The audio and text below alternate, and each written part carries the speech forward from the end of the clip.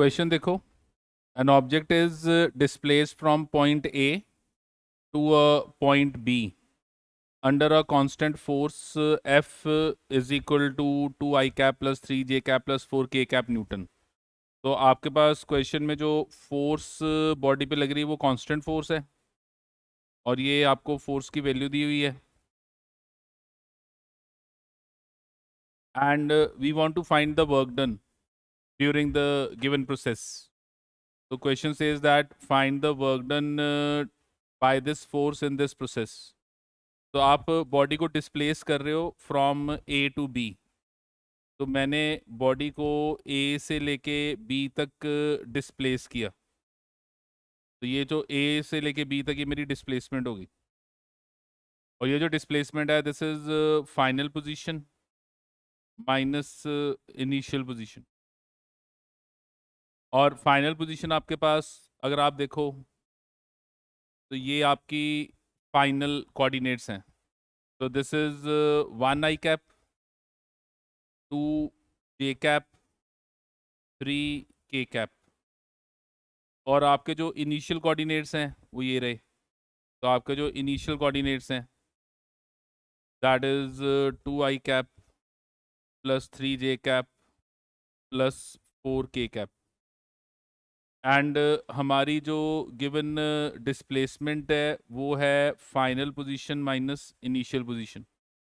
तो मेरा जो गिवन डिस्प्लेसमेंट आया वो हो गया फाइनल माइनस इनिशियल। तो इन दोनों को माइनस करो तो आपके पास ये आ गया -i cap minus j cap minus k cap. तो मैंने आई जे के फाइनल माइनस इनिशियल कर दिया। तो what I observe is that the displacement is -i cap minus j cap minus k cap. So work done due to a constant force is simply F dot S.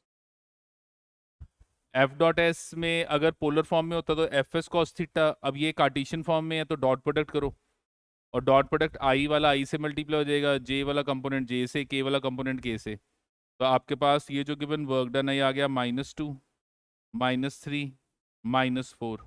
तो this comes out to be -9 joules। तो work done will come out to be -9 joules। तो ये आपका required answer है। तो simple question है, बस work done का जब भी क्वेश्चन आया फोर्स कांस्टेंट है, आपको इनिशियल फाइनल पोजीशन दी हुई है तो सीधे एफ डॉट एस करो, पहले एस निकाल लो। एस जो है वो final position minus initial position है और वर्क डन निकाल लो। हाँ जी ठीक है। अब ये जो क्वेश्चन है इसमें आपको दिया है कि N object is displaced from position vector r1 2i cap plus 3j cap and R2 4i cap plus 6j cap. तो ये इनिशियल पोजीशन आपको दी हुई है और ये आपको फाइनल पोजीशन दी है। तो object is displaced from your initial position R1 to final position R2 under a force of F is equal to 3x square i cap plus 2y_j cap. तो आपको ये जो गिवन फोर्स यहाँ पे दी हुई है, अगर आप यहाँ पे नोटिस करो तो जैसे जैसे आप आगे जाओगे ये x और ये y चेंज करेगा। तो ये जो आपकी फोर्स है ये वेरिएबल फोर्स है। तो right now you are having a force acting on a body which is variable force. Question says that find the work done by this force. तो हमने इस फोर्स का वर्क डन निकालना है और हमने क्या कहा था कि अगर आपकी फोर्स वेरिएबल हो तो वर्क डन का जो फॉर्मूला है that is small work done को आप इंटीग्रेट करोगे। स्मॉल वर्क डन इसलिए निकालना है क्योंकि आपकी डिस्प्लेसमेंट जो है उसमें थ्रू आउट फोर्स कांस्टेंट नहीं है। और स्मॉल वर्क डन आप कैसे निकालोगे, that will be equal to f dot d r. Now what is d r here, क्योंकि आपको क्वेश्चन कार्टेशियन फॉर्म में दिया हुआ है तो आपका जो गिवन डी आर बनेगा that is equal to d x i cap plus d y j cap plus d z k cap. तो ये आपकी डिस्प्लेसमेंट आ गई along x, y and z. Small displacement along x, small displacement along y, small displacement along z. So what will be the work done? तो यहाँ पे जो आपका स्मॉल वर्क डन होगा वो आपका f डॉट डी आर, और जब आप f डॉट डी आर करोगे तो अगेन कार्टेशियन फॉर्म में है तो i j k components multiply हो जाएंगे, तो ये 3x एंड dx, तो this is 3x dx, and फिर आपके पास ये 2y और ये dy, तो that will be your 2y into d y. तो i वाला कंपोनेंट i से मल्टीप्लाई हो गया, j वाला कंपोनेंट j से मल्टीप्लाई हो गया, यहाँ पे k वाला कंपोनेंट है ही नहीं, ये आपका 0 k कैप है, तो आपके पास जो डी z डायरेक्शन में कोई वर्क डन नहीं आएगा। Now here this small work done, from this small work done you will get the total work done, तो इसको आप इंटीग्रेट कर दो, तो ये आपके आ गया 3x dx plus 2y dy। अब आपने जब यहाँ पे लिमिट्स पुट करनी है तो लिमिट्स क्या पुट करनी है, तो यहाँ पे आपके पास देखो दो डिस्प्लेसमेंट्स हो रही हैं, एक small displacement along x, small displacement along y। और अगर मैं इनिशियल पोजीशन देखूं तो मेरे इनिशियल कोऑर्डिनेट्स हैं 2,3। 2,3 क्यों? क्योंकि 2 i कैप 3 j कैप, और मेरे जो फाइनल कोऑर्डिनेट्स हैं वो हैं 4,6। 4,6 कैसे? 4 i कैप और 6 j कैप, तो मेरे जो इनिशियल कोऑर्डिनेट्स हैं वो ये हैं 2,3, और मेरे फाइनल कोऑर्डिनेट्स जो हैं वो ये हैं, दैट इज 4,6। और ये जो पहले लिख रहा हूँ वो x की लिमिट्स हैं, जो बाद में लिख रहा हूँ वो y की लिमिट्स हैं। तो यहाँ पे जब आप इसको ब्रैकेट को ओपन करोगे तो ये बन गया 3x dx plus 2y dy, और यहाँ पे आपको ये dx नज़र आ रहा है तो सिर्फ x की लिमिट्स पुट करो, x की लिमिट्स हैं 2 and 4, और ये आपको dy नज़र आ रहा है तो सिर्फ y की लिमिट्स पुट करो, और जो y की लिमिट्स हैं वो आपके पास हैं 3 and 6। तो अब ये 3 कांस्टेंट निकला है बाहर, तो आपके पास यहाँ पे जो वर्क डन है ये 3 बाहर आ गया, एंड ये जो आपके पास वैल्यू है यहाँ पे ये एक्स स्केयर है, तो ये एक्स स्केयर, तो ये जो आपकी गिवन वैल्यू है दिस इज 3x स्केयर। तो हमारे पास ये क्वेश्चन में ये 3x स्केयर है, ये यहाँ पे क्वेश्चन में आपको ये 3x स्केयर दिया हुआ है। तो ये 3x स्केयर को अगर आप सॉल्व करोगे तो ये x रेस्ट पर n+1 ओवर n+1, तो ये x स्केयर का हो गया 2+1 ओवर 2+1 प्लस ट्वाइस ऑफ 2 बार आ गया, y की पावर 1 है तो 1+1 ओवर 1+1, लिमिट्स 3 to 6। तो अब इसको सॉल्व कर लो, ये आपके पास 3 कैंसिल हो गया, 2 कैंसिल हो गया, तो वर्क डन जो है ये आ गया 4 cube minus 2 cube plus 6 square minus 3 square, तो 64 माइनस 8 प्लस 36 माइनस 9, तो this come value comes out to be 83 joules. तो ये जो आपकी वैल्यू है ये आपके पास 83 जूल्स आ गई। So work done comes out to be 83 joules. ये आपका रिक्वायर्ड आंसर आ गया। तो जब भी आपने क्वेश्चन सॉल्व करने तो ये याद रखना है कि एक तो वर्क डन निकालने का मेथड हो गया, that is force into displacement जब फोर्स कांस्टेंट है, दूसरा हो गया फोर्स इनटू स्मॉल डिस्प्लेसमेंट, उससे स्मॉल वर्क डन आएगा। ये तब करोगे जब फोर्स वेरिएबल है, इंटीग्रेट करोगे तो आपको टोटल वर्क डन मिल जाएगा।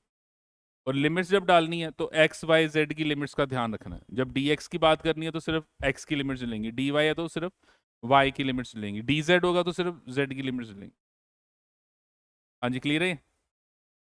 Now question is that when an automobile moving with the speed of 36 km per hour reaches an upward inclined road of 30 degree, its engine is switched off।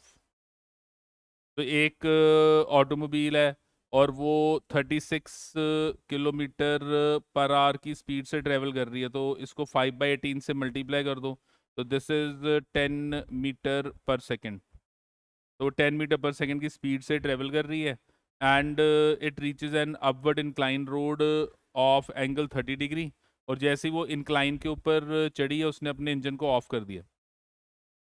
Now question says that if the coefficient of friction is 0.1, how much distance will the automobile move before coming to rest? तो ये जो automobile है ये कितना distance travel करेगी before coming to rest?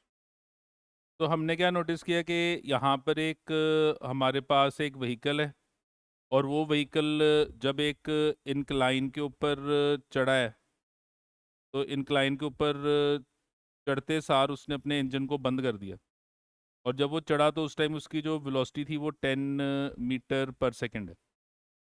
Question है कि वो जो व्हीकल है वो कितना ऊपर जाके रेस्ट पे आएगा. तो ये जो व्हीकल है ये कितना ऊपर जाके ये रेस्ट पे आएगा, ये क्वेश्चन है. और यहाँ पे आपको फ्रिक्शन दी हुई तो ये सरफेस जो है वो आपका रफ सरफेस है. तो अगर मैं इस व्हीकल को नोटिस करूँ एट एनी इंस्टेंट तो मैं क्या नोटिस करूँगा कि इस व्हीकल के ऊपर जो फोर्सेस लग रही हैं वो कौन कौन सी हैं. एक वेट है, एक नॉर्मल रिएक्शन है और व्हीकल ऊपर जा रहा है. पर ऊपर जब जा रहा है तो इंजन आपने बंद कर दिया तो इंजन कोई फोर्स नहीं लगा रहा, सिर्फ उसमें ऊपर जाने की वेलोसिटी है. और सरफेस रफ है तो सरफेस रफ होने के कारण वो जो गिवन सरफेस है उस व्हीकल को ऊपर जाने से रोकेगा. तो आप यहाँ पे क्या नोटिस करोगे कि ये जो गिवन व्हीकल है इसके ऊपर एक वेट एक्ट कर रहा है. तो वेट को मैंने दो पार्ट्स में रिजॉल्व कर दिया. एक हो गया mg कॉस थीटा और आपको ये थीटा दिया हुआ है 30 डिग्री एंड ये आ गया आपके पास mg साइन थीटा. तो ये आ गया mg sine 30 and normal reaction लग रहा है ये r and force of friction लग रही है जो इसको ऊपर जाने से रोक रही है क्योंकि बॉडी में अपवर्ड मोशन है, बॉडी में ऊपर जाने वाला मोशन है. एंड इनिशियली आपको क्या दिया हुआ है कि जब बॉडी ऊपर जा रही है तो वो कितने स्पीड से ऊपर जा रही है, 10 मीटर पर सेकेंड से ऊपर जा रही है. तो ये मेरा इनिशियल पॉइंट हो गया ए, ये मेरा फाइनल पॉइंट हो गया बी. आप ए से लेके बी मोशन अगर आप देखोगे तो बॉडी पे जो नेट फोर्स लग रही है that net force is m sine theta plus F. ये नेट फोर्स है जो बॉडी को ऊपर जाने से रोक रही है.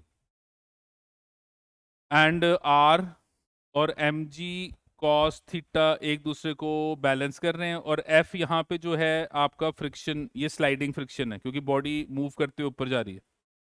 तो अगर ये बॉडी मूव करते हुए ऊपर जा रही है तो sliding friction will be equal to mu K into R. तो your F will be equal to mu M G cos of 30. तो आपके पास ये जो नेट फोर्स आई, this net force is M G common आ गया sine 30 plus mu cos of 30. तो ये आपकी वो फोर्स है जो आपकी बॉडी पे लग रही है और आप नोटिस करो कि ये आपकी रिटार्डिंग फोर्स है. तो this is your stopping force. ये आपकी स्टॉपिंग फोर्स है जो बॉडी को ऊपर जाने से रोक रही है. और हमने क्या स्टडी किया था, हमने स्टडी किया था कि योर स्टॉपिंग डिस्टेंस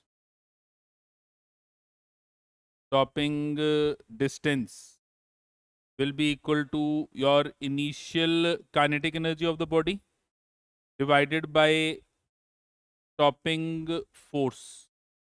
और ये रिलेशन आपने वर्क एनर्जी प्रिंसिपल से बनाया था. कौन सा फॉर्मूला यूज किया था, your work done due to net forces change in kinetic energy. तो हमने ये formula work done due to net force is equal to change in kinetic energy का ये स्पेशल केस हमने ये पहले फॉर्मूला पहले से बनाया हुआ है कि बहुत सारे क्वेश्चन ऐसे आएंगे जिसमें चलती हुई बॉडी जो है वो रेस्ट पे आ जाएगी और अगर आप उसकी गिवन मोशन को पढ़ना चाहते हो तो आप ये फॉर्मूला लगा के पढ़ सकते हो. क्वेश्चन यही है कि आपने निकालना है कि how much distance the body will travel before it stops. तो body travels D distance on the incline before it stops. तो ये बॉडी ने ये डी डिस्टेंस ट्रेवल किया on the incline. Kinetic energy body में कितनी है, half M V square, where V is what, V is 10 metre per second. Stopping force कितनी लग रही है, M G sine 30 plus mu cos 30. तो ये आपकी गिवन स्टॉपिंग फोर्स लग रही है. तो अब यहाँ पे देखो, ये v की वैल्यू आपको पता है, ये जो आपका v है ये आपका 10 है, ये आपका जो g है इसकी वैल्यू भी 10 है, साइन 30 जो है वो आपके पास 1/2 है, कॉस 30 जो है वो √3/2 है, म्यू की वैल्यू जो है वो 0.1 आपको दी हुई है। तो सारी वैल्यूज़ यहाँ पे हमें पता है, वैल्यूज़ पुट करो एंड रिक्वायर्ड आंसर आपका जो आएगा that will come out to be 8.53 metre. तो this is the stopping distance travelled by the body. तो ये जो कंसेप्ट है, इस कंसेप्ट पे भी क्वेश्चंस जनरली आ जाते हैं, जिसमें आपको एग्जामिनर कहेगा कि बताओ बॉडी ने कितना डिस्टेंस ट्रेवल किया। ये क्वेश्चन जो है ये आप काइनेमेटिक्स से भी सॉल्व कर सकते हो, v square minus u square is equal to 2as वाला कंसेप्ट लगा के, जिसमें बॉडी ऊपर जा रही है तो उसकी रिटार्डेशन निकाल लो, और फिर v square minus u square is equal to 2as, final velocity 0, initial velocity u जो आपको 10 दी हुई है, और s आपका वो डिस्टेंस हो गया बिफोर स्टॉपिंग। तो आप वो भी कर सकते हो, ये भी कर सकते हो, दोनों तरीके से आप गिवन क्वेश्चन को सॉल्व कर सकते हो। हाँ जी, क्लियर है ये? ठीक है। Now this is a very important question, ये फ्रीक्वेंटली आस्क्ड क्वेश्चन है। एग्जामिनर इसको जनरली 5 मार्क्स के क्वेश्चन में डाल देगा किसी डेरिवेशन के साथ 2 मार्क्स में।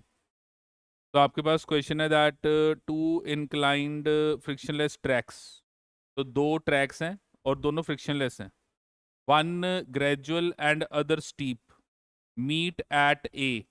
तो हमारे पास 2 फ्रिक्शनलेस ट्रैक्स हैं और उसमें एक ग्रेजुअल है और दूसरा स्टीप है, और वो कहाँ पे मीट कर रहे हैं? At point a, from where 2 stones are allowed to slide down from rest, one on each track.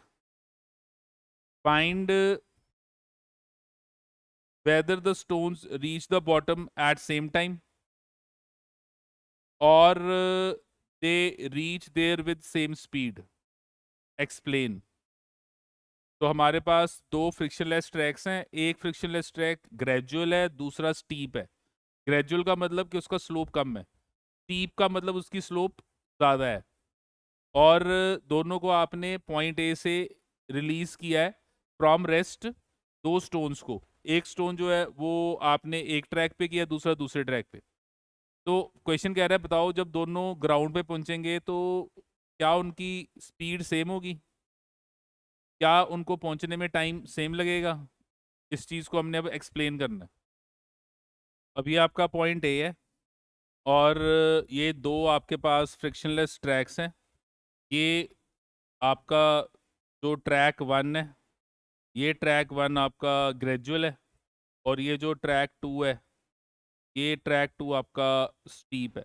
2 tracks हैं, एक ग्रेजुअल का मतलब जिसकी स्लोप कम है, और एक स्टीप मतलब जिसकी स्लोप ज़्यादा है।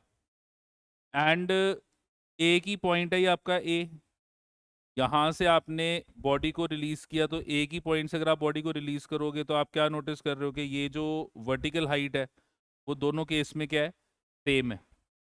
और आपने एक बॉडी को यहाँ से रिलीज किया है और दूसरी बॉडी को आपने यहाँ से रिलीज किया, तो ये 2 बॉडीज होंगी, एक आपके पास ये बॉडी 1 होगी, एक आपके पास ये बॉडी 2 होगी। तो आपने बॉडी 1 को ये फर्स्ट ट्रैक, ये जो आपका ग्रेजुअल, और दूसरा ये आपका स्टीप, तो ये आपके 2 ट्रैक्स हैं, एक ग्रेजुअल ट्रैक है, एक स्टीप ट्रैक है, और ये दोनों ट्रैक्स पे आपने ये बॉडी को रिलीज कर दिया। तो रिलीज कर दिया तो इनिशियली ये बॉडी जो है वो यहाँ पे रेस्ट पे है। अच्छा, अब हम क्या नोटिस कर रहे हैं कि सरफेस स्मूथ है, तो देयर इज नो फ्रिक्शन। अगर फ्रिक्शन नहीं है तो फोर्सेस कौन सी लग रही हैं? Weight and normal reaction. Normal reaction हमेशा गिवन इंक्लाइन के परपेंडिकुलर होगा, उसके कारण वर्क डन 0। वेट ग्रेविटी के कारण है, तो here the work done is only due to conservative force. तो यहाँ पे वर्क डन जो है वो कंजर्वेटिव फोर्स के कारण है। तो हम क्या नोटिस करेंगे कि mechanical energy will remain constant. तो हम क्या नोटिस कर रहे हैं कि work done is due to conservative force.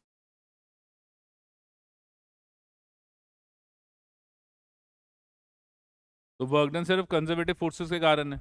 तो यहाँ पे हम क्या नोटिस करेंगे कि मैकेनिकल एनर्जी ऑफ सिस्टम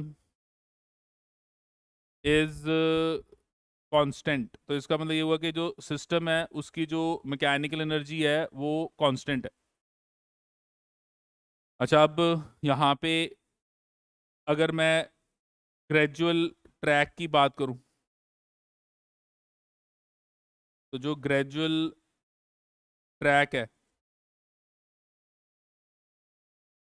अगर मैं इस ग्रेजुअल ट्रैक की बात करूं, तो बॉडी ये ए से लेटर से ये बी पर जब पहुंचेगी,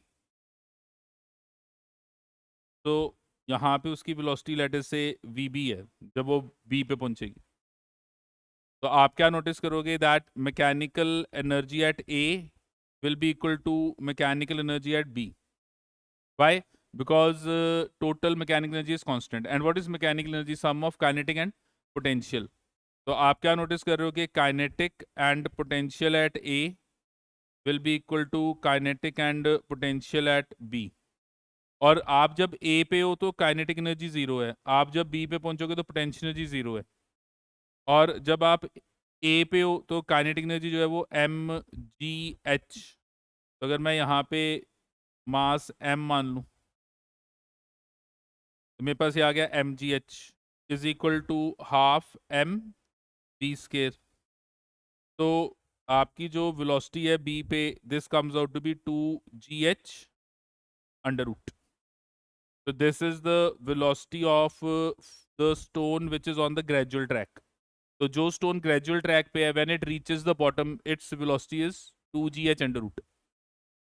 and if I see the stone which is on the steep track, तो अगर मैं ये स्टीप ट्रैक की बात करूं, तो इस स्टीप ट्रैक में मैं क्या नोटिस करूंगा, again there is no friction, तो मैकेनिकल एनर्जी एट ए, और ये जो बॉटम पॉइंट है अगर मैंने इसको सी पॉइंट कह दिया, और जब बॉडी ये सी पॉइंट पे पहुंची है तो उस टाइम उसकी वेलोसिटी लेटर से वी सी है, तो यहाँ पे mechanical energy at C that will be same, क्योंकि मैकेनिकल एनर्जी कांस्टेंट रहेगी, and mechanical energy sum of kinetic and potential. तो काइनेटिक एंड पोटेंशियल, आप जब ए पे हो तो ए पे आपकी काइनेटिक एनर्जी 0 है, जब आप सी पे पहुंचोगे तो पोटेंशियल एनर्जी 0 है, एंड ए पे हो तो आपकी पोटेंशियल एनर्जी क्या है, that is M T H, और सी पे kinetic energy half M V C square. तो the value of V C is again 2gh under root. तो मैंने क्या नोटिस किया कि whether it is a steep track और it is a gradual track, if the height is same, height मतलब जहां से छोड़ा है वो हाइट सेम है, तो चाहे वो ग्रेजुअल ट्रैक हो चाहे वो स्टीप ट्रैक हो, वर्क डन सेम आ रहा है, एनर्जी का जो चेंज है वो सेम आ रहा है, और आपकी बॉडी जब बॉटम पे पहुंचेगी तो क्या नोटिस कर रहे हो आप, सेम स्पीड होगी। तो both the bodies will reach the bottom at same speed. तो हम यहाँ पे क्या नोटिस कर रहे हैं, हम नोटिस कर रहे हैं कि from equation 1 and equation 2 both bodies और both stones will reach bottom with same speed. तो दोनों जो हैं वो बॉटम पे पहुंचेंगे विद सेम स्पीड। तो ये हमारा एक पार्ट का तो आंसर आ गया, एक पार्ट का ये आंसर आ गया कि both will reach the bottom with same speed. Question था कि दोनों क्या सेम स्पीड पे पहुंचेंगे, क्या दोनों एक ही टाइम पे पहुंचेंगे, तो ये तो हो गया कि both will reach at same speed. अब ये जो ट्रैक 1 है इस पे बॉटम पे पहुंचने के लिए टाइम लेटर से t1 लगा है, और ट्रैक 2 है यहाँ पे बॉटम पे पहुंचने के लिए टाइम लेटर से t2 लगा है, और ये जब बॉडी नीचे आएगी तो ये एक्सेलरेशन जो आएगी वो g साइन थीटा 1, हम बहुत बार कर चुके हैं क्वेश्चन के, जब बॉडी एक स्मूथ सरफेस पे नीचे आ रही है ऑन द इंक्लाइन, तो वहां पे आप दो ही फोर्स लग रही हैं, एक वेट और एक नॉर्मल रिएक्शन। वेट के दो कंपोनेंट बन जाएंगे mg cos theta and mg sin theta, और नॉर्मल रिएक्शन जो है वो mg cos थीटा को बैलेंस कर देगा, तो नेट फोर्स सिर्फ क्या रह जाएगी mg sin थीटा, और mg sin theta net force, तो एक्सेलरेशन कितनी आएगी g sin थीटा। तो ये जो A1 है वो जी साइन थीटा, और ये जो स्टीप ट्रैक है यहाँ पे जो आपका A2 आएगा वो जी साइन थीटा 2 आएगा।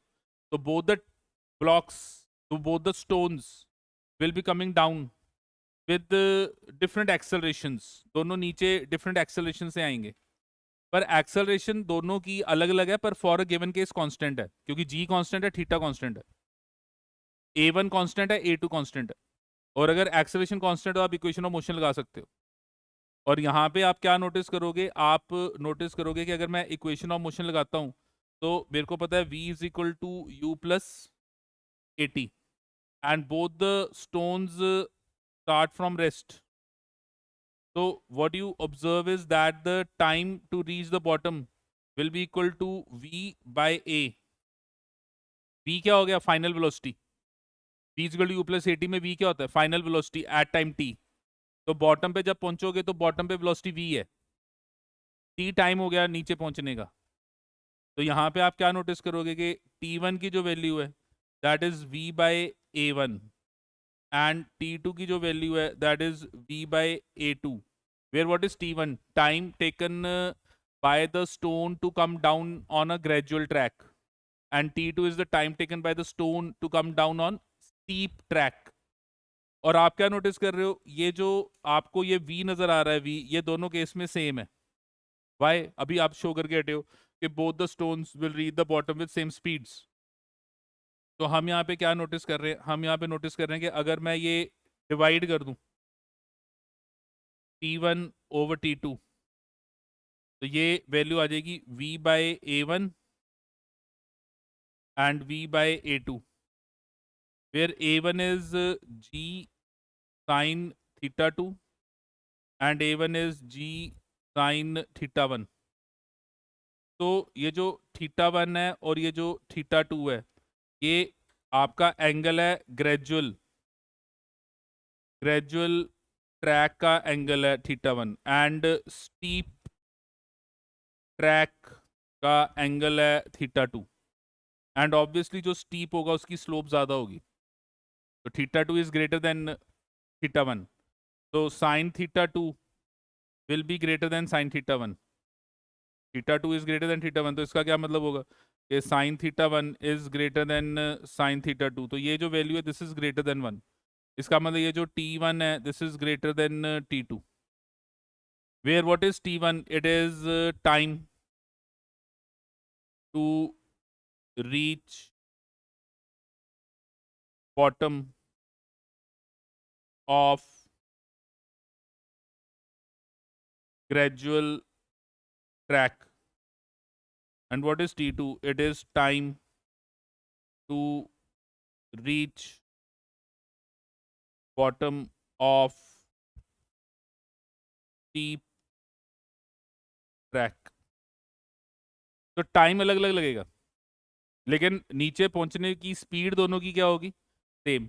तो both will reach the bottom will same speed, but the time taken by them to reach to the bottom is different. ज्यादा टाइम किसको लगेगा, जिसकी स्लोप कम होगी, कम टाइम किसको लगेगा, जिसकी स्लोप ज्यादा होगी। तो ये बहुत इंपॉर्टेंट क्वेश्चन है, ये इंपॉर्टेंट क्वेश्चन है, ये आना चाहिए। हाँ जी, क्लियर है कंसेप्ट। अब ये भी एक इम्पॉर्टेंट क्वेश्चन है, एमसीक्यूज में ऐसे क्वेश्चन आएंगे आपको। क्वेश्चन है कि given in figure are examples of some potential energy functions. तो ये आपका ये पोटेंशियल एनर्जी है, और आपने पोटेंशियल एनर्जी को विद पोजीशन प्लॉट किया हुआ है। तो वो कह रहा है कि ये हमारे पास पोटेंशियल एनर्जी का ग्राफ है, और पोटेंशियल जी आपको पता है कि विद पोजीशन चेंज हो रही है, तो आपका ये ग्राफ पोटेंशियल एनर्जी का पोजीशन के साथ है in one dimension A to D। The total energy E of the particle is indicated by cross mark on energy axis। तो टोटल एनर्जी जो है वो आपको ये इस ग्राफ पे क्रॉस मार्क के साथ दी हुई है। तो ये जो आपको E दिया हुआ है ये आपकी टोटल एनर्जी है। क्या होती है total energy, it is your sum of kinetic and potential. और अगर सिर्फ कंजर्वेटिव फोर्सेस हों तो ये जो टोटल एनर्जी होगी, अगर सिर्फ कंजर्वेटिव फोर्सेस हों तो ये क्या होगी? कांस्टेंट। क्योंकि हम जब बॉडी को पढ़ रहे हैं तो हमने क्या कहा था कि हमारे सिलेबस में हम मैकेनिकल एनर्जी को स्टडी कर रहे हैं, और mechanical energy is sum of kinetic and potential. तो ये जो टोटल एनर्जी वर्ड है वो क्या है? वो ये है कि आपके पास जो एनर्जी है मैकेनिकल, वो आप यहाँ पे कैपिटल ई के साथ रिप्रेजेंट कर रहे हो।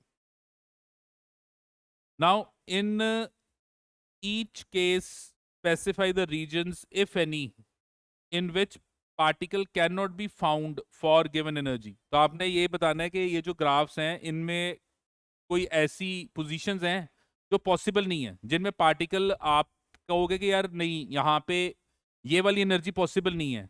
और अगर ये वाली एनर्जी पॉसिबल नहीं है तो इसका मतलब यहाँ पे पार्टिकल नहीं है, क्योंकि ये एनर्जी पॉसिबल नहीं है तो ये केस पॉसिबल नहीं है। तो आप इस ग्राफ में वो कह रहा है कि क्या ऐसी कोई पोजीशंस हैं जो आप कहोगे कि यार इन पोजीशंस पे पार्टिकल नहीं होगा, इन जगहों पे पार्टिकल नहीं होगा। तो हम यहाँ पे क्या नोटिस कर रहे हैं? हम यहाँ पे नोटिस कर रहे हैं कि ये जो V है, ये आपको ये जो V नज़र आ रहा है, ये V आपका पोटेंशियल एनर्जी है। और जो हमारी गिवन मैकेनिकल एनर्जी है that is sum of kinetic and potential. और इसका मतलब ये हुआ कि जो आपकी काइनेटिक एनर्जी है that will be equal to mechanical energy minus potential. और अगर मैं ये ग्राफ के हिसाब से लिखूं तो मेरी जो काइनेटिक एनर्जी है दिस इज मैकेनिकल एनर्जी को हम ई से रिप्रेजेंट कर रहे हैं, मैकेनिकल मतलब total energy, minus potential energy को हम वी से रिप्रेजेंट कर रहे हैं। तो इस केस में ये जो ग्राफ है इसमें ये जो वी है ये आपका पोटेंशियल एनर्जी, क्योंकि आपको दिया हुआ है कि पोटेंशियल एनर्जी फंक्शंस, तो ये जो वी है ये आपकी पोटेंशियल एनर्जी है। और ये जो काइनेटिक एनर्जी होती है हमें पता है कि इसकी वैल्यू कभी भी माइनस में नहीं हो सकती। अगर बॉडी रेस्ट पे है तो उसकी काइनेटिक एनर्जी जीरो होगी, और अगर बॉडी मोशन में है तो उसकी काइनेटिक एनर्जी पॉजिटिव होगी। तो your kinetic energy will always be greater than और it can be equal to zero. इसका मतलब जो E है that is always greater than और इक्वल टू V। तो मेरे पास ये कंडीशन आ गई, ये मेरी कंडीशन आ गई कि जो टोटल एनर्जी है वो हमेशा पोटेंशियल एनर्जी से ज्यादा या उसके इक्वल होगी। और यहाँ पे इसका मतलब क्या है कि अगर आप इस चीज को फॉलो करो तो इसका मतलब क्या है? इसका मतलब ये हुआ कि जो V है that can not B greater then E। का मतलब जो V है वो E से कभी भी बड़ा नहीं हो सकता, क्योंकि जो E है वो या तो V से बड़ा होगा या V के इक्वल होगा। E की वैल्यू कभी भी V से कम नहीं होगी, V कभी भी E से बड़ा नहीं होगा। तो अब मैं ये ग्राफ्स को देखता हूँ, तो जब मैं ये ग्राफ को ऑब्जर्व कर रहा हूँ तो मैं यहाँ पे क्या नोटिस कर रहा हूँ कि ये मेरी टोटल एनर्जी है। तो ये जो आपको टोटल एनर्जी नज़र आ रही है, ये टोटल एनर्जी ये आपकी स्ट्रेट लाइन होगी, क्योंकि ये आपकी टोटल एनर्जी कांस्टेंट होगी, because mechanical energy will always be constant sum of kinetic and potential. तो ये टोटल एनर्जी होगी, क्योंकि आपको क्रॉस दिया हुआ है, ये आपको दिया कि क्रॉस पे टोटल एनर्जी है। और आप क्या नोटिस कर रहे हो कि ये जो आपको ग्राफ नज़र आ रहा है, ये वाला, ये ग्राफ, ये देखो, ये ग्राफ, ये ग्राफ, इस ग्राफ में ये तो ठीक है कि V टोटल एनर्जी से कम है। ये देखो, ये V टोटल एनर्जी से ज़्यादा है, और हमने क्या कहा कि V की वैल्यू टोटल एनर्जी से ज़्यादा नहीं होनी चाहिए। तो हम क्या नोटिस कर रहे हैं कि ये जो गिवन पोजीशंस हैं दीज आर पॉसिबल, ये पोजीशन पॉसिबल है। और ये जो आपको गिवन पोजीशंस नज़र आ रही हैं these positions are not possible. तो MCQs में ऐसे क्वेश्चन आए हैं, एक ग्राफ में से बताओ कि कौन सी पोजीशंस पे पार्टिकल नहीं हो सकता। तो पार्टिकल उन पोजीशंस पे नहीं हो सकता जो ग्राफ में पॉसिबल नहीं है। तो ये जो फर्स्ट केस है उसमें कौन सी पोजीशंस हैं, वो आपका जो x है अगर a से बड़ा है तो वहां पे ये ग्राफ पॉसिबल नहीं है। तो क्वेश्चन था that specify the reasons if any in which the particle can not be found. तो पहले पार्ट का आंसर है कि particle can not be found for x greater than a। पहला हो गया कि ये, इसके बाद ये जो आपको ग्राफ नजर आ रहा है ये वाला, ये पॉसिबल नहीं है। और ये graph x greater than a है, यहाँ पे x a से बड़ा है। तो ये मेरा फर्स्ट पार्ट का आंसर आ गया कि it is not possible for x greater than a। अब ऐसे ही अगर मैं सेकंड ग्राफ लूं, अब अगर मैं ये दूसरा केस लूं, ये वाला ग्राफ लूं, तो इस ग्राफ में मेरे पास ये टोटल एनर्जी दी हुई है। तो अगर ये टोटल एनर्जी दी हुई है तो मैंने क्या नोटिस किया, मैंने नोटिस किया कि ये गिवन लाइन जो आप देख रहे हो, ये गिवन लाइन आपकी टोटल एनर्जी को रिप्रेजेंट कर रही है। ये आपकी गिवन टोटल एनर्जी है। एंड अगेन आपका v जो है इससे ऊपर नहीं होना चाहिए। तो आप क्या नोटिस कर रहे हो, आप नोटिस कर रहे हो कि ये जो ग्राफ है, इस ग्राफ में यहाँ से लेके यहाँ तक देखो, ये v बड़ा है e से, ये पॉसिबल नहीं है। ये देखो ग्राफ, ये वाला, ये भी बड़ा है, ये भी पॉसिबल नहीं है। हाँ, ये जो पॉइंट्स हैं ये वाले, ये पॉसिबल है। जो भी पॉइंट्स v के ग्राफ के v के e से कम है वो पॉसिबल है। जो भी पॉइंट्स v के ग्राफ के e से ज़्यादा है वो पॉसिबल नहीं है। तो यहाँ पे कौन से पॉइंट्स पॉसिबल नहीं है, तो मेरे पास ये जो b पार्ट आया यहाँ पे, इस b पार्ट का जो गिवन आंसर बनेगा वो क्या बनेगा कि कौन से पॉइंट्स पॉसिबल नहीं है। तो एक ये वाले पॉइंट्स जिनमें x लेस देन a है, एंड ये वाले पॉइंट्स जिनमें x ग्रेटर देन b है। तो ये जो पॉइंट्स जिनमें x लेस देन a है और ये वाले पॉइंट्स जिनमें x ग्रेटर देन b है, ये पॉइंट्स आपके पॉसिबल नहीं है। ये वाली जगह पे पार्टिकल पॉसिबल नहीं है। यहाँ पे पार्टिकल नहीं हो सकता क्योंकि ग्राफ में ये एनर्जीज पॉसिबल नहीं है, पार्टिकल की एनर्जीज नहीं हो सकती। तो समझ में आ रहा है कैसे करना है। और बहुत इंपॉर्टेंट क्वेश्चन है, ऐसे आना है पेपर में क्वेश्चन। सारे ग्राफ नहीं आएंगे, कोई एक आएगा। और जब आएगा तो आपको एग्जामिनर पूछेगा कि बताओ इनमें से कौन सा पॉसिबल नहीं है, कहाँ पे बॉडी नहीं है। तो सिंपल सी बात है कि mechanical energy is kinetic and potential.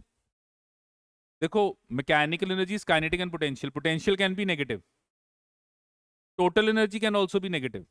अगर पोटेंशियल नेगेटिव है तो टोटल भी नेगेटिव हो सकती है। हाँ, बस एक एनर्जी है जो नेगेटिव नहीं हो सकती, वो कौन सी है? काइनेटिक। तो काइनेटिक नेगेटिव नहीं हो सकती, काइनेटिक या जीरो होगी when body is at rest, और अगर बॉडी में मोशन है तो वो पॉजिटिव ही होगी। अब एक और ग्राफ है, तो अब अगर आप ये ग्राफ नोटिस करो तो ये आपका ई है। तो बता सकते हो कि यहाँ पे क्या आंसर आएगा? हम यहाँ पे क्या नोटिस कर रहे हैं कि सारे ही ग्राफ ई से ऊपर है। तो हम क्या नोटिस करेंगे, हम यहाँ पे नोटिस करेंगे that for all values of x the particle position is not possible. For all values of x this graph is not possible। मतलब ये तो ग्राफ पॉसिबल ही नहीं है। क्यों नहीं है ये पॉसिबल? क्योंकि हर x, हर जगह पे v की वैल्यू e से ज्यादा है, जो हो नहीं सकती। एंड अगर मैं ये नेक्स्ट केस लूं, ये d वाला पार्ट लूं, तो यहाँ पे मेरे पास ये मेरी टोटल एनर्जी है। और अगर मैं इस टोटल एनर्जी को ऑब्जर्व करूं, तो ये जो क्रॉस है, इस क्रॉस से आपको पता लग रहा है कि ये टोटल एनर्जी है। और टोटल एनर्जी में अगेन हमने क्या कहा था कि जो ग्राफ में v अगर टोटल एनर्जी से ऊपर होगा तो वो पॉसिबल नहीं है। तो ये वाली जो गिवन रीजन है वो पॉसिबल नहीं है। हाँ, बाकी रीजन्स पॉसिबल हैं। तो ये अगर आप रीजन्स को ऑब्जर्व करो जो पॉसिबल नहीं है, तो ये कौन से रीजन्स हैं? आपका जो डी पार्ट है उसमें ये रीजन पॉसिबल नहीं है, ये वाला। और इस रीजन में आपका जो एक्स है that is greater than -b/2 and less than -a/2। And ये वाला जो रीजन है, इस रीजन में आप क्या नोटिस कर रहे हो कि x is greater than a/2 and less than b/2। तो ये हमारे वो रीजन्स हैं जिन रीजन्स में ग्राफ पॉसिबल नहीं है। ये वो पॉइंट्स हैं जहाँ पे पार्टिकल नहीं हो सकता। हाँ जी, क्लियर है ये? अगेन ये भी एक इम्पॉर्टेंट क्वेश्चन है। Question is that the blades of a windmill SVEEP out a circle of area A. देखो, जैसे ये फैन है, फैन घूम रहा है, तो अगर आप फैन को देखो घूमते हुए, वो जो एरिया कवर कर रहा है वो सर्कल के इक्वल है, एक डिस्क जितना एरिया है उसका। फैन घूमते ऐसे लगेगा जैसे एक डिस्क है, फैन घूमते ऐसे लगेगा कि एक सर्कल जितना एरिया कवर हो रहा है। तो ऐसे ही जब विंड मिल है, तो विंड मिल में जब विंड मिल में आपके वो जो ब्लेड्स घूमेंगे, तो वो जो एरिया कवर करेंगे वो एक सर्कल जितना एरिया होगा। Now question says that if the wind blows at constant velocity v perpendicular to the circle. तो जो विंड है वो कांस्टेंट वेलोसिटी से ब्लो कर रही है और वो सर्कल के परपेंडिकुलर ब्लो कर रही है। What is the mass of air passing through it in time t? तो आपने निकालना है कि कितना एयर का मास उस गिवन विंड मिल से पास कर रहा है, उसके जो ब्लेड्स हैं, वो जो सर्कल बन रहा है उसमें से कितना मास of air in time t पास कर रहा है। अगर हम एक विंड मिल को ऑब्जर्व करें, तो विंड मिल में आप क्या नोटिस करोगे कि ये आपका विंड मिल जब ऐसे घूमेगा तो ये आपका ऐसे ये सर्कल बनेगा, और ये सर्कल में से ये एयर ये ऐसे ऐसे कट करते हुए बाहर निकलेगी, क्योंकि एयर कट करेगी और ये विंड मिल ऐसे गोल गोल घूमेगी। तो जब एयर इस विंड मिल को कट करेगी, तो एयर यहाँ से आप क्या नोटिस करोगे कि ये एयर ऐसे फ्लो करेगी, वो एयर इसके ब्लेड्स को हिट करेगी, ब्लेड्स को हिट करेगी तो विंड मिल ऐसे घूमेगी और वो एक सर्कल का पार्ट होगा, और एयर कट करके निकल रही है इस सर्कल में से। तो हम क्या नोटिस कर रहे हैं कि ऐसे एक आपका ये सर्कल बनेगा, और इस सर्कल में से ये आपकी जो एयर है वो इस सर्कल में से ऐसे परपेंडिकुलर टू द सर्कल बाहर आ रही है। एंड लेटर से वो जो एयर बाहर आ रही है वो v वेलोसिटी से बाहर आ रही है, और ये जो गिवन आपका सर्कल है उसका जो एरिया है वो a है। तो how much is the mass of air coming out in unit time?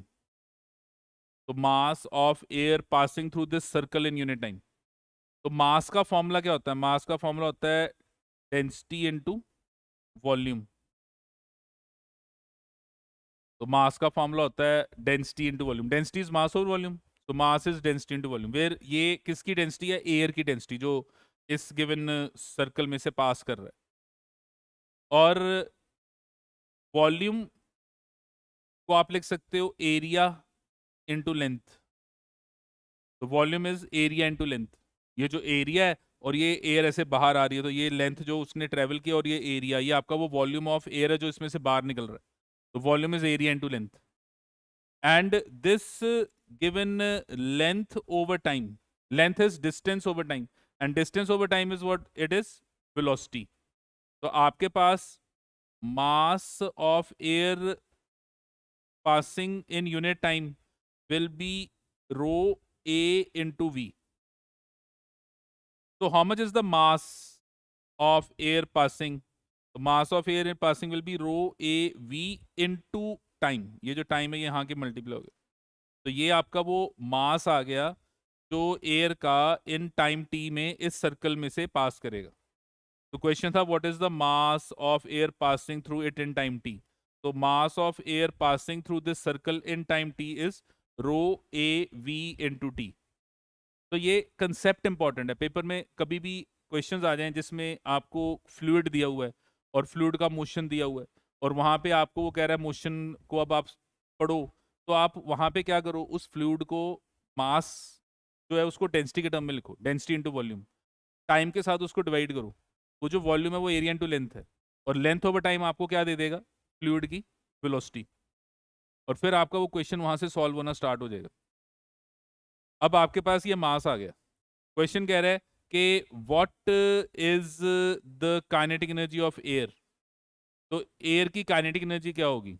तो ये जो एयर है ये v वेलोसिटी से सर्कल से बाहर आ रही है। क्वेश्चन कह रहा है कि वो जो एयर जब बाहर आ रही है तो वो v velocity perpendicular to the circle बाहर आ रही है, तो उसकी काइनेटिक एनर्जी क्या बनेगी? तो kinetic energy of air will be equal to half m v square, तो that will be equal to half m, आप ये निकाल के हटे हो, rho a v into T into V square. So how much will be the kinetic energy? That will be equal to half rho a v cube into t. तो ये आपकी kinetic energy की वैल्यू आ गई. तो this is the kinetic energy.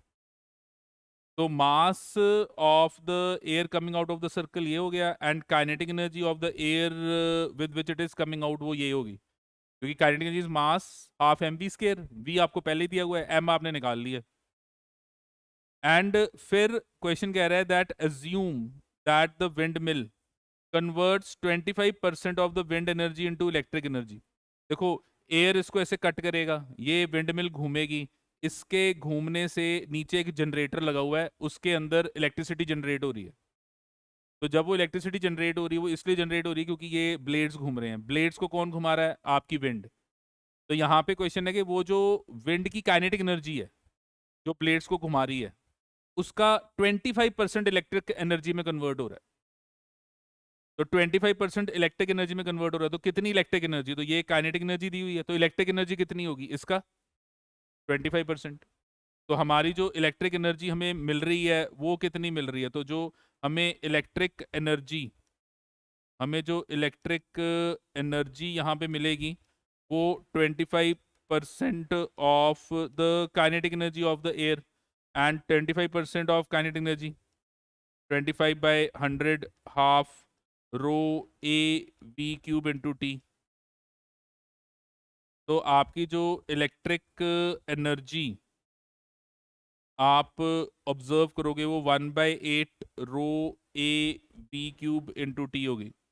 तो this is your given electric energy which you will be observing, which is generated by the windmill. तो wind mill ये एनर्जी जनरेट कर रहा है, और क्वेश्चन आपको कह रहा है कि अगर वो 25% जनरेट कर रहा है और एरिया ऑफ द सर्कल जो है वो 30 मीटर स्क्वायर है, and velocity of the air जो है वो 36 किलोमीटर पर आवर है, तो ये मीटर पर सेकंड में कितना बन गया? 5/18 से मल्टीप्लाई कर दो, तो 5/18 से मल्टीप्लाई करो 10 मीटर पर सेकंड. एंड डेंसिटी कितनी है आपकी एयर की? 1.2 किलोग्राम पर मीटर क्यूब. तो आप कितनी इलेक्ट्रिक पावर प्रोड्यूस हो रही है? How much is the electric power generated? तो इलेक्ट्रिक पावर, तो पावर का क्या फॉर्मूला था? Power was work done over time. Work done और एनर्जी आपस में इंटर रिलेटेड है, तो आपका जो पावर जनरेट होगा वो एनर्जी ओवर टाइम. ये जो इलेक्ट्रिक एनर्जी जनरेट हुई है ओवर टाइम वो आपकी power. What is power? Work done over time, and work is equal to your energy. Work हुआ तो एनर्जी आई. कौन सी एनर्जी आई? इलेक्ट्रिक एनर्जी आई, क्योंकि इलेक्ट्रिक पावर निकालनी है तो इलेक्ट्रिक एनर्जी लेंगे. तो ये जो वर्क हो रहा है वो इलेक्ट्रिक एनर्जी लेके आ रहा है, और इलेक्ट्रिक एनर्जी तो आपको नजर आ ही रही है कितनी है. तो power is energy over time. And अब यहाँ पे आपके पास एरिया, वेलोसिटी, डेंसिटी सब दिया हुआ है, बस वैल्यू पुट कर दो. तो how much is the power? तो power will be equal to electric energy over time, तो that will be 1/8 rho A V cube into T over T. तो ये टी कैंसिल हो गया, तो जो पावर जनरेट होगी दैट इज 1/8 रो आपको दिया हुआ है 1.2, एरिया दिया हुआ है 30 into your velocity is 10 power 3. तो इसको अब सॉल्व कर लो, तो आपके पास जो गिवन पावर आएगी that power generated is 4500 watt. तो जो पावर जनरेट हो रही है that is 4500 watt, and what we will observe is that your given power is 4.5 kilowatt. तो ये आपकी गिवन पावर जो जनरेट हो रही है वो इस विंड मिल की पावर आपको पता लगे कि विंड मिल में इतनी पावर जनरेट हो रही है. तो ये एक प्रैक्टिकल बेस्ड क्वेश्चन है, इसलिए ये आ सकता है एग्जाम में. और इसमें मेन आपको ये मास, ये काइनेटिक एनर्जी और ये इलेक्ट्रिक एनर्जी निकालना आना चाहिए. कैसे मैंने इसको निकाला है? समटाइम्स एमसीक्यू में क्वेश्चन आ जाएगा और ऐसे ये वाली वहाँ पे वैल्यूज़ लिखी होंगी और आपको उनमें से वो वैल्यूज़ पिक करनी है कि कौन सी करेक्ट है. तो ये आपका रिक्वायर्ड आंसर है। सो देखो क्लियर है कैसे सॉल्व किया। अब ये एक टिपिकल क्वेश्चन है, ये कंपटीशन का क्वेश्चन है, बट क्लास में ये आ सकता है। तो यहाँ पे क्वेश्चन है कि 1 kg block situated on a rough incline. तो यहाँ पे जो इंक्लाइन है वो रफ है, और आपके पास ये 1 kg ब्लॉक है, ये 1 kg ब्लॉक। तो 1 kg block situated on a rough incline is connected to a spring of spring constant 100 newton per metre. तो यहाँ पे ये स्प्रिंग लगा हुआ है जिसका स्प्रिंग कांस्टेंट है 100 newton per metre. Block is release from rest with the spring in unstretch position. तो ये जो आपका ब्लॉक था ये इनिशियली ये रेस्ट पे है, ये इसकी ये इनिशियल पोजीशन। तो ये आपका जो ए है ये आपका इनिशियल पोजीशन हो गया। तो इनिशियल पोजीशन पे वो कह रहा है कि ये स्प्रिंग अनस्ट्रेच्ड है, spring is unstretched at initial position. And अब आपने ब्लॉक को यहाँ से रिलीज किया, इसको आपने छोड़ा कि यार जो तू करना है कर। तो ये जो ब्लॉक है ये अपने वेट के कारण नीचे जाएगा, तो वेट के कारण ये नीचे जाएगा। तो क्वेश्चन कह रहा है कि the block moves 10 centimetre down the incline before coming to rest. तो ये जो ब्लॉक है, क्वेश्चन कह रहा है कि ये ब्लॉक जो है ये अब ऐसे नीचे की तरफ आया, और ये कितना नीचे आया। क्वेश्चन कह रहा है कि ये x डिस्टेंस नीचे आया, और x कितना है 10 सेंटीमीटर। तो x 10 सेंटीमीटर का मतलब 0.1 मीटर ये ब्लॉक नीचे आया x डिस्टेंस, और फिर दोबारा ये किस पे आ गया, रेस्ट पे। तो ये अब एक न्यू पोजीशन आ गई बी, और वो न्यू पोजीशन पे फिर दोबारा किस पे आ गया, रेस्ट पे। अब ये रेस्ट पे क्यों आया, रेस्ट पे इसलिए आया क्योंकि जब ये ब्लॉक नीचे जा रहा है तो स्प्रिंग स्ट्रेच हो रहा है। ब्लॉक नीचे जा रहा है तो स्प्रिंग क्या हो रहा है, स्ट्रेच हो रहा है, और स्प्रिंग के स्ट्रेच होने से स्प्रिंग के अंदर क्या आएगी, रिस्टोरिंग फोर्स। अच्छा, अगर ब्लॉक नीचे जाएगा बाय एक्स, तो ये जो आपका गिवन स्प्रिंग है ये भी आगे जाएगा बाय हाउ मच, एक्स। तो अगर ये ब्लॉक नीचे जाएगा बाय एक्स तो स्प्रिंग भी नीचे जाएगा बाय एक्स। और आप क्या नोटिस करोगे, आप नोटिस करोगे कि ये जो गिवन ब्लॉक है इसने ये H vertical vertical downward motion किया। X is the motion on the incline, block on the incline कितना गया, एच, और वर्टिकल ऑन द इंक्लाइन कितना गया, एक्स, और वर्टिकल डाउन कितना गया, एच। हाँ जी, क्लियर है ये। तो अब यहाँ पे पहले भी रेस्ट पे था, अब फिर दोबारा रेस्ट पे आ गया। क्वेश्चन आपको कह रहा है कि find the coefficient of friction between the block and the incline. तो we want to find the coefficient of friction between the block and the incline. इसका मतलब यहाँ पे फ्रिक्शन है, और फ्रिक्शन क्या है, नॉन कंजर्वेटिव फोर्स। और अगर फ्रिक्शन नॉन कंजर्वेटिव फोर्स है तो इसका क्या मतलब हुआ, mechanical energy is not constant. Mechanical energy constant नहीं है। क्यों नहीं है, क्योंकि नॉन कंजर्वेटिव फोर्स आएगी तो मैकेनिकल एनर्जी कांस्टेंट नहीं होगी, अदर फॉर्म ऑफ एनर्जीज भी आएंगी। And work done bye non conservative force, work done by friction will be equal to change in mechanical energy. So work done by friction, force into displacement, will be mechanical energy at B minus mechanical energy at A. अच्छा, अगर आप अब यहाँ पे notice करो तो ये work done by friction क्या बनेगा, F इंटू एक्स, क्योंकि आपका ब्लॉक नीचे कितना आया, x, F into x cos 180। अच्छा, अब ये मैकेनिकल एनर्जी, तो ये आपके पास आ गया, ये आ गया kinetic energy and potential energy at B, ये आ गया kinetic energy and potential energy at A. अच्छा, अब देखो यहाँ पे जब आप बी पे हो तो यू आर एट रेस्ट, तो काइनेटिक एनर्जी क्या हो जाएगी, 0। अच्छा, जब आप यहाँ पर ए पे हो तो you are again at rest, तो आपकी जो गिवन काइनेटिक एनर्जी वो क्या होगी, 0। दोनों केस में आपकी काइनेटिक एनर्जी क्या होगी, 0। अच्छा ये अब फोर्स आप स्लाइड कर रहे हो, तो force of friction will B mu mg cos theta. ये फोर्स ऑफ फ्रिक्शन का फॉर्मूला है कि जब कोई बॉडी स्लाइड करती है तो ये फोर्स ऑफ फ्रिक्शन है म्यू mg cos थीटा।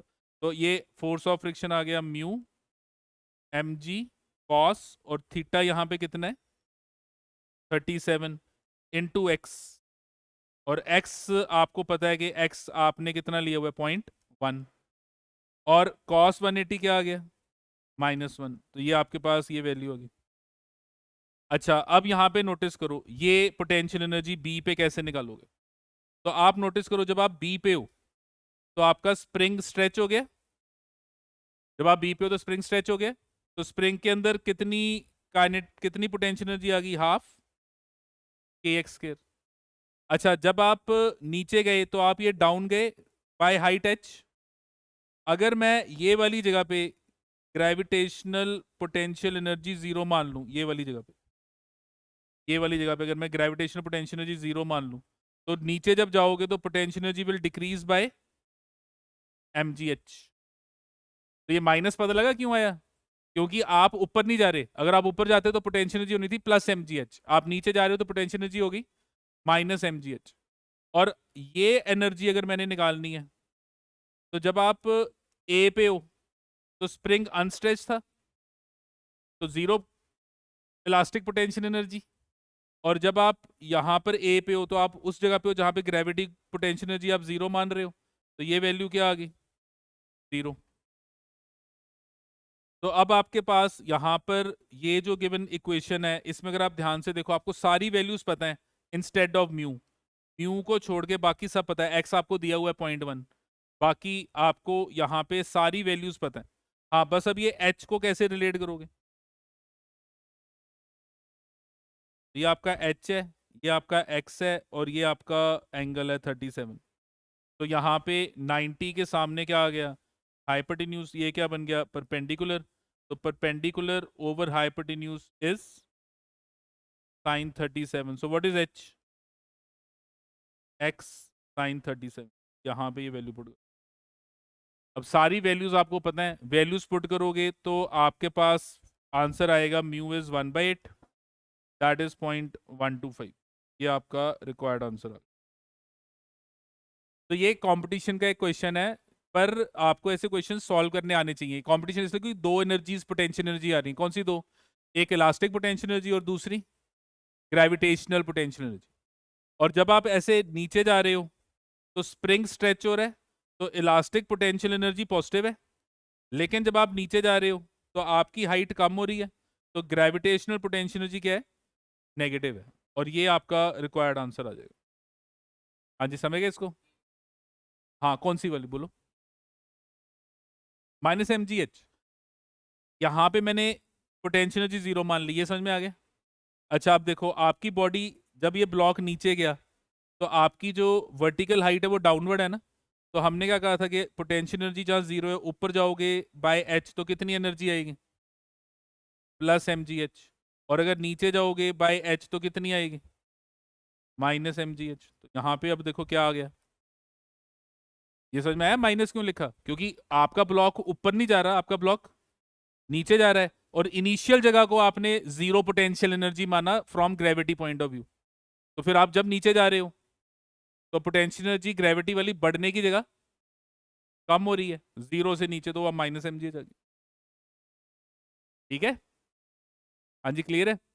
तो इसको अब एक बार घर जाके सॉल्व कर लो अपने हाथों से, आंसर जो आएगा वो 1/8 आएगा।